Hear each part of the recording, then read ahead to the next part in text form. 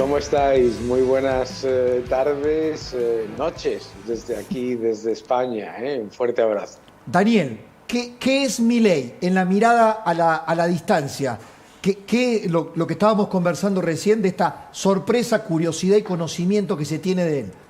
Bueno, yo creo que Milei es una sorpresa desde el punto de vista de que no estamos acostumbrados a ver presidentes que hablen con tal nivel de claridad y, desde luego, no estamos acostumbrados a ver presidentes de gobiernos que, digamos, no intenten embelesar o embellecer la realidad, ¿no? Muchos intentan contar, pues siempre cuestiones muy optimistas, etcétera.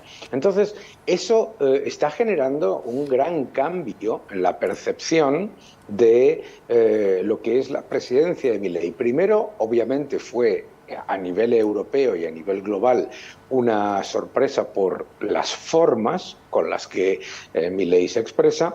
Pero yo creo que la gente está empezando a decir, oiga, un poco de seriedad, que resulta que el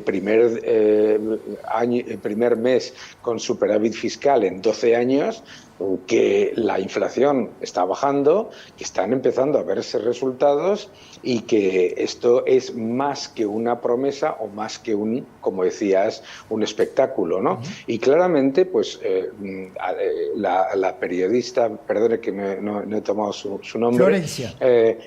Florencia, ¿cómo estás? Decía algo clarísimo, es que en reuniones de economistas puedes hablar de los presidentes por nombre de los países, pues no muchos, y todo el mundo pregunta sobre Latinoamérica por Milei, porque la gente que mira a Latinoamérica y lo mira como un continente, ve el problema de una Latinoamérica que va a su segunda década perdida.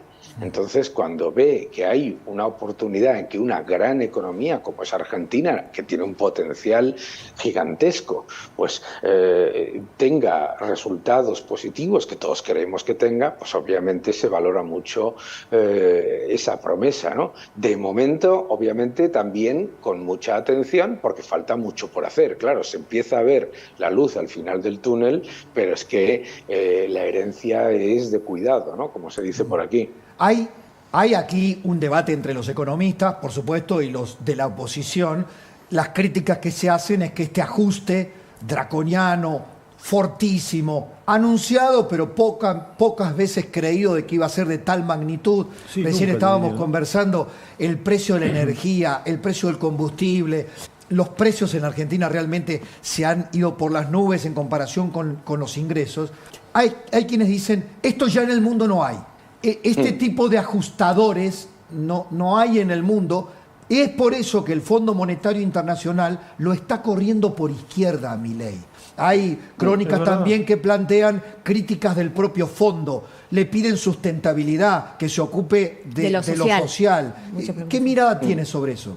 Vamos a ver, yo creo que es que tenemos que entender primero la magnitud de la herencia. Porque claro, es que no es fácil desde el punto de vista de cualquiera de los países en los que nosotros vivimos. Es muy cómodo en España decir, hombre, es que qué agresivo el ajuste. Hombre, no, es que qué agresivo el agujero que se ha dejado. O sea, es que ninguno de los países con los que nosotros estamos tratando normalmente se ha encontrado con 12.000 millones de agujero en el Banco Central, con un déficit fiscal absolutamente desbocado, con un problema tan brutal como es el de las LELIC, que es que esto en el mundo es difícil de entender. Sí, con más del 50% de pobres también, Daniel. Más del 50% de pobres también. Un 50% de pobreza. Entonces, claro, y lo otro, un agujero cambiario de más del 100%. Es que un agujero cambiario más del 100%, pero no piénselo por un momento,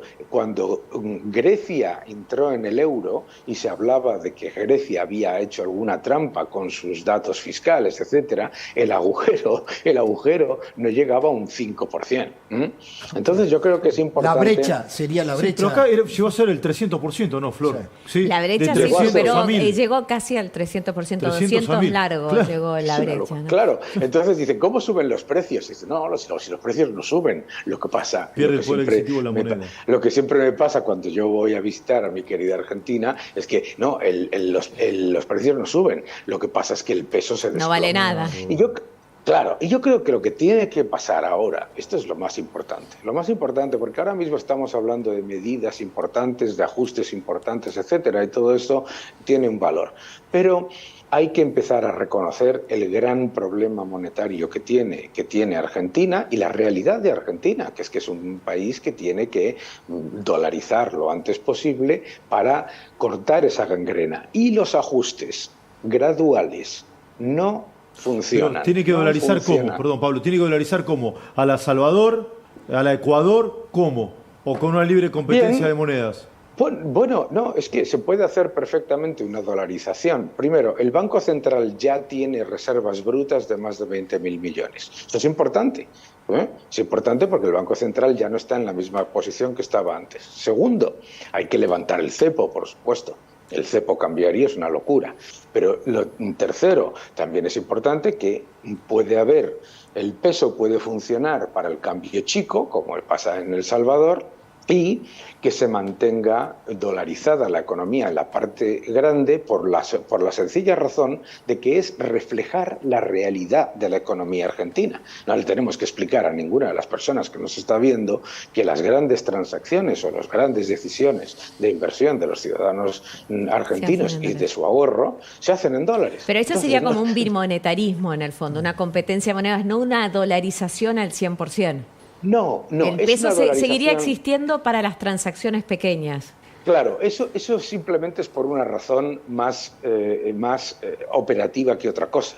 Como pasa en El Salvador. No, perdóname, Daniel, en El Salvador el colón dejó de circular, no existe más el colón. De hecho, querés comprar compras un pirulín con una moneda de dólar. No, de verdad, no hay más colón, no existe más. Sí, desapareció. No, es cierto. No existe más. Pero como usted sabe perfectamente, efectivamente, primero se dejó flotar el colón para el cambio chico hasta que la dolarización se hace completa, hasta también en el cambio chico, efectivamente, ¿no? Uh-huh. Entonces, ese proceso es perfectamente aceptable y además perfectamente asequible para Argentina. Y debo decir otra cosa, que es importante, y la hemos comentado, Pablo, en el programa alguna vez, es que los argentinos saben que el peso es una moneda fallida. Los argentinos saben que por mucho que se solucione la parte de la oferta que está haciendo muy bien el gobierno de Milei, es decir, el Banco Central, cuánto se emite, etcétera, etcétera, el problema es el de la demanda adicional, que no hay demanda de pesos, que ni los inversores internacionales ni los ciudadanos argentinos. Daniel querido, hay algo que los economistas, he discutido con muchos, aquí no tienen en cuenta generalmente cuando le pedís análisis, y es la demanda genuina de dinero. ¿Cuál es la demanda genuina de dinero? Llámese demanda genuina de dinero a esa vocación de quedarse en pesos sin la necesidad de una tasa de usura, sin la necesidad de 20 zanahorias, una tasa altísima. Y me dicen, por estas razones más históricas que coyunturales, el argentino ha aprendido durante tantísimos fracasos que el peso es la moneda de la estafa política. El peso es la moneda, es la herramienta con la que la política ha estafado a los ciudadanos. Y eso es muy difícil de revertir. No, es imposible. Es que la palabra, es que es importante recordarle a la gente, es imposible. Este debate lo he tenido yo en Venezuela sobre el Bolívar. Hay gente que dice, no, hay que recuperar el Bolívar. Pero ¿cómo vas a recuperar el Bolívar? El ciudadano no tiene amnesia. El ciudadano de Argentina, igual que el venezolano, sabe que a lo mejor, yo no sé si Milei va a estar 4 años u 8, no lo sé, pero sabe que si no es dentro de 4 o dentro de 8, será dentro de 12, que vendrá un gobierno que va a volver a utilizar la moneda para disfrazar los problemas fiscales del gobierno y por lo tanto destruir la moneda. Por lo tanto, los ciudadanos argentinos no van a ahorrar en pesos y no van a utilizar... Es un oxímoron ahorrar en pesos. El peso. Pero es un oxímoron. Exacto, es una contradicción en términos. Entonces, intentar agarrarse a la idea de que hay de una moneda que simplemente no tiene demanda. No se puede forzar la demanda de una moneda, no se puede forzar la demanda de ninguna moneda. Eso se lo dije yo a Varoufakis aquí en la crisis europea. Puedes decir todo lo que quieras, no existe la demanda de dracmas en Grecia. Claro. Por lo tanto, no puedes... Bueno, eso pasó en El Salvador, Daniel, Pablo, eso pasó en El Salvador. Los salvadoreños dejaron de utilizar el colón y se volcaron al dólar, hace ya 2 décadas. Los argentinos hemos enterrado 5 o 6 signos monetarios. Deberíamos saber a esta altura lo que significa matar una moneda, ¿no? Y los ciudadanos argentinos, es que es muy importante, uno, no tienen amnesia, y dos, son personas que lo que saben es que para preservar algo de sus ahorros, lo que tienen que hacer es acercarse lo más posible a la realidad de la economía argentina. Y la realidad de la economía argentina, por mucho que le moleste al peronismo o a quien quiera mantener el peso, es que los ciudadanos ya están en una economía semidolarizada. Por lo tanto, es reconocer la realidad de la economía argentina. Nada más, como pasó en Ecuador, por otro lado. Daniel, querido, el placer que hayas estado en esta mesa, un honor para nosotros. Un abrazo a la distancia y espero verte cuando vengas a Buenos Aires. Estás invitado. Hay ganas de veros. Estaré probablemente en septiembre, o sea que estaré encantado de saludaros. Un fuerte abrazo a todos y muy buenas noches.